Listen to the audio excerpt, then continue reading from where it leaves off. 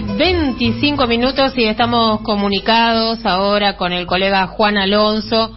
Querido Juan, ¿qué tal? Buenas tardes, ¿cómo estás? Andrea y el equipo de La Vuelta te saludan. Hola Andrea, ¿cómo te va? Buenas tardes para vos y para todo el equipo. Bien, bueno, ya lo prometimos de entrada que ibas a estar con nosotros para hablar de los chats, ¿no? De las nuevas revelaciones de los chats, en este caso entre Ramos y D'Alessandro, y las derivaciones políticas de estas conversaciones. Mirá, lo cierto es que la semana próxima se viene una semana candente, ¿no? En la Comisión de Juicio Político en el Congreso de la Nación, porque no solamente la Comisión ya dispuso citar al fiscal Carlos Stornelli, que si no concurre lo van a ir a buscar con la fuerza pública, algo que no necesita, el aval de un juez de la justicia ordinaria o de la justicia de instrucción federal, sino que por propia demanda de la Comisión de Juicio Político está obligado Stornelli, a pesar de pertenecer al Ministerio Público, a comparecer en el Congreso de la Nación. Vamos a ver, como dicen ellos, qué temperamento, comillas, utiliza en este caso. Y lo que sucede también después de este intercambio público que tuvo uno de los funcionarios muy importantes de la Procuración Interina Eterna de Casal, me refiero a Juan Manuel Olima, que debatió con la colega Cintia García en la plataforma Twitter y admitió que habló con Marcelo D'Alessandro y de alguna manera le adelantó la posición de la Procuración en relación a una causa que litigaba y que le interesaba a la Ciudad Autónoma de Buenos Aires y a D'Alessandro en particular como ministro de Seguridad y Justicia. De alguna manera le adelanta en el chat eso y admite la validez del chat. Claro, eso fue, al hablar de eso lo que hace es reconocer la existencia de la conversación, y eso es un montón en este contexto. Exactamente. Sucede tal cual como vos decís. Entonces el legislador Eduardo Valdés, el diputado Eduardo Valdés, va a citar a Juan Manuel Olima para que testifique en la Comisión de Juicio Político. Así que vamos a ver qué sucede. Si tenemos en cuenta, si hacemos una comparación en lo que declaró el juez Sebastián Ramos, que tiene una argumentación muy antigua, ¿no? Aquella que decía que los jueces solamente hablan por sus fallos. No pudo explicar, no pudo fundamentar ni siquiera las 13 páginas que escribió, que resolvió de un día para el otro. Abrió la feria el 16 de enero y resolvió el 17, después del dictamen de fiscal de Stornelli, que Stornelli escribió 7 páginas. Claro. 7 páginas. Acabo de repasar todos esos dictámenes, Andrea, tanto el de Stornelli como el de Ramos, y el más fundado, te diría, es el de Alejo Ramos Padilla, que ayer desparramó por los aires lo que hizo el macrismo con el espionaje ilegal y el manejo de la Agencia Federal de Inteligencia. Dijo claramente que la diputada Oliveto, que Tonelli le iniciaron un juicio político, lo tuvieron más de 2 años, acosado de alguna manera con eso que podríamos llamar como mesa judicial. Estaban presentes esos legisladores allí, sin embargo no respondieron, y Ramos Padilla hizo un recorrido de escuchas a dirigentes políticos presos en Ezeiza, que pasaron por la AFI, y de la AFI pasaron a Bonadío, y de Bonadío a los legisladores que mencionó, y de allí al programa de Jorge Lanata. Y estos legisladores, en vez de responder en la comisión de la cual son parte, no pudieron dar ningún tipo de respuesta. Fue vergonzoso eso en la tarde de ayer. Y ¿sabés qué también me parece, Juan? Sí. Perdón que te interrumpa. Sí. Vergonzoso la falta de reacción, ¿no? En torno a estos temas. Noto cierta tibieza en general para encontrar una salida de verdad política y ciudadana a este escándalo, porque el blindaje mediático que hay en torno a este tema y a estas nuevas revelaciones de ayer a la tarde es escandaloso, igual que el contenido de los chats.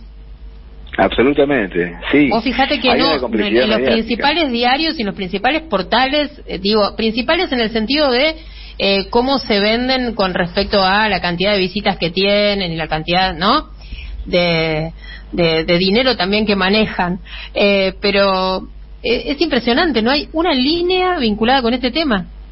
Bueno, lo que pasa es que aquí hay un tema de fondo que la vicepresidenta llamó, calificó claramente como mafia judicial, lo dijo ella, y acá se está realizando un juicio político a la Corte, y el mandante de la Corte parece ser el Grupo Clarín, y por encima del Grupo Clarín está la Embajada de Estados Unidos. Por eso Rosenkrantz esta semana ni siquiera fue a trabajar, por eso Lorenzetti recién va a ir el lunes, y por eso Rosati suspendió en la reunión con sus pares en la semana, y los funcionarios y funcionarias que van a declarar a la Comisión de Juicio Político se cuidan muchísimo, como el caso de Romero, que empezó siendo hablo de un funcionario que está a cargo Romero? Claro, Romero se llama Sergio Romero, que empezó como pinche en la justicia, y ayer declaró en la Comisión de Juicio Político, porque el diputado Moró le preguntó por qué en los primeros días de enero, casualmente, hubo una especie de inundación del séptimo piso al qué casualidad, ¿no? Justo se le inundó y se le arruinó la computadora. A Robles, donde está la vocalía de Silvio Robles, que chateaba con Marcelo de Alessandro. Sí, increíble. Esas casualidades, ¿no? El crecimiento patrimonial de Romero y su mujer, que trabajan en la Corte desde que asumió Rosati y Silvio Robles, es exponencial, compañeros. Entre los dos creo que cobran alrededor de 3 millones de pesos al mes. Lindo sueldito. ¿Sabés, Juan, que más allá de que comparto plenamente, porque además justamente ayer lo comentábamos con Andrea, esta protección mediática que hace que, por ejemplo, ni en los canales de televisión hegemónicos, ni en los portales esté presente este tema, se los nota como desacomodados al momento de responder. El error que comete Olima, es decir, ¿en qué se confía? Me parece a mí Olima, y te pido a vos que me ayudes con este tema. Olima se confía diciendo, bueno, es habitual que se le manden a los secretarios de seguridad o a quien sea lo que sale del Ministerio Público Fiscal como adelanto para que vayan sabiendo. Pero al decir eso, lo que hace es lo que decía Valdés, reconocer que el chat es verídico. Existió. Claro. Y de la misma manera se quedan desacomodados ayer, que no saben qué responder, como vos decías, cuando Alejo Ramos Padilla les dice, pero ¿cuál es el problema con usar escuchas ilegales para una investigación si a mí me armaron un juicio en base a escuchas ilegales en el penal de Seiza? Y como vos decías, no saben qué responder. Ayer se van y después vuelven porque no saben. Sí, comparto claramente tu apreciación. Si vos te fijás, Olima hace las veces del vocero que no habla, Robles, que no explica absolutamente nada, y él, que tiene una función ejecutiva dentro del Ministerio Público, es decir, que tiene una función de acción sobre la instrucción penal, explica el ejercicio de un requerimiento por parte de una de las partes sumamente interesada, que es el caso de la Ciudad Autónoma de Buenos Aires. Ahora, ¿qué pasaría si en este momento nosotros le queremos pedir, qué sé yo, llamamos, aunque es viernes a la noche, a la vocera de Lorenzetti o al mismo Robles, que no aparece más en Telegram, y le pedimos que nos adelante opinión en relación a un caso nodal que esté trabajando la Corte en este momento? No creo que nos demora, ¿no? Nos van a atender. La explicación de Olima no cierra bajo ningún punto de vista, y menos en el marco de la pandemia, y menos en el sistema informático que menciona de la Corte. No cierra, es decir, le adelanta opinión del procurador, y encima le dice que ya le avisaron al presidente de la Corte.